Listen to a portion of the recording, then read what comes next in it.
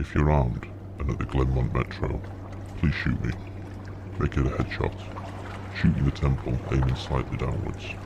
I need the bullet to travel through the shortest possible distance through my brain before it hits my hippocampus. If I'm lucky, the sensation of the gunshot ripping through my skull will only last a few decades. As awful as this sounds, you'll be doing me an enormous favour. Death by a headshot, as soon as possible, is vastly better than the alternative. My ordeal started over 10,000 years ago, at 10:15 this morning. I earn extra money by participating in drug trials. I'm a so-called healthy subject who takes experimental drugs to help assess side effects. Once it was a kidney drug, a few times it's been something for blood pressure or cholesterol. This morning they told me the drug I took was a psychoactive substance intended to accelerate brain function. None of the drugs I had tested so far had ever done anything for me, in the recreational sense. In other words, none of the drugs I've tested have given me a killer buzz, or mellowed me out, or anything.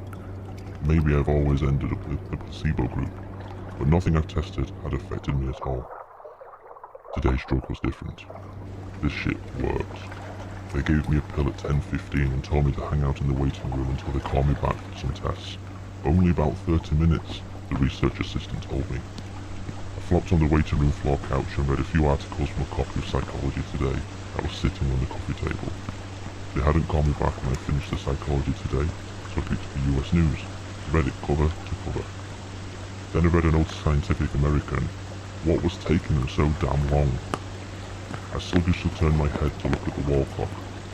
It was only 10:23 AM. I had read all 3 magazines in 8 minutes.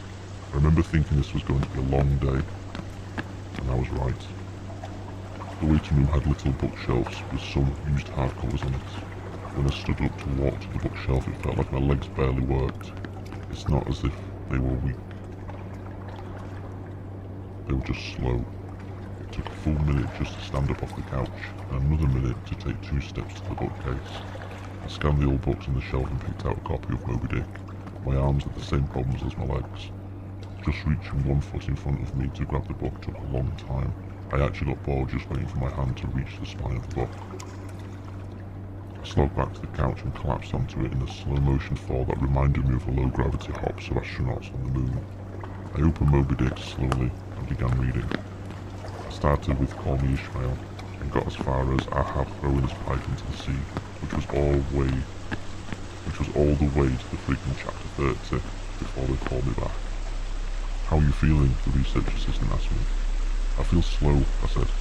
Actually, it's the other way round. Everything seems slow because you're so fast. But my legs, my arms, they're moving in slow motion. They said your body seems like it's moving slowly because your brain is fast. Your brain is running 10 or 20 times faster than normal, thinking and perceiving reality at an accelerated pace, but your body is still constrained by the laws of biomechanics. Frankly, you're moving much faster than a normal person, she pantomimed in a jogging motion, but your brain is running so fast now that even your fast walk seems very slow to you. I thought about my slow motion flop onto the waiting room couch. Even if my muscles had slowed down, my body would still react to gravity the same way. In the waiting room, I feel even slower, like I'm in slow motion. Slow muscles couldn't explain why gravity seemed weaker. My brain was going into warp 10. That's how I managed to read 3 magazines and the first 30 chapters of Moby Dick in 15 minutes. They ran a series of tests on me. The physical tests were fun. They made me juggle 3 balls, then 4, then 6. I had no problem keeping 6 balls in the air because they seemed to be moving so slowly. It was boring, frankly, waiting for each ball to move through its arc so I could catch it and toss it back into the air. They threw Cheerios in the air and I caught them with chopsticks. They dropped a handful of coins and I counted the total value before they hit the ground. The cognitive tests were less fun, but very illuminating. Finish a 50-word word search, 3 seconds. Solve an intricate maze drawn in poster-sized paper, 2 seconds. View a slideshow projected at 10 images per second and answer detailed questions about what I saw, 95% correct. They told me I measured over 250 on the Knopf scale. Apparently that's deep into the superhuman range of thinking speeds. They then sent me home. It'll wear off in a few hours, they said, which will seem like days to you. Try to use the residual effects to get some work done. Catch the work emails while you're still in a high-speed mode. The ride home was horrible.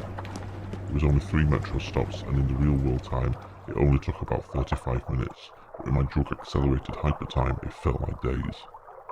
Days. Just walking out of the medical research suite to the elevator seemed like it took an hour. I sprinted out of the office, willing my legs to push me faster, but the laws of biomechanics held me prisoner.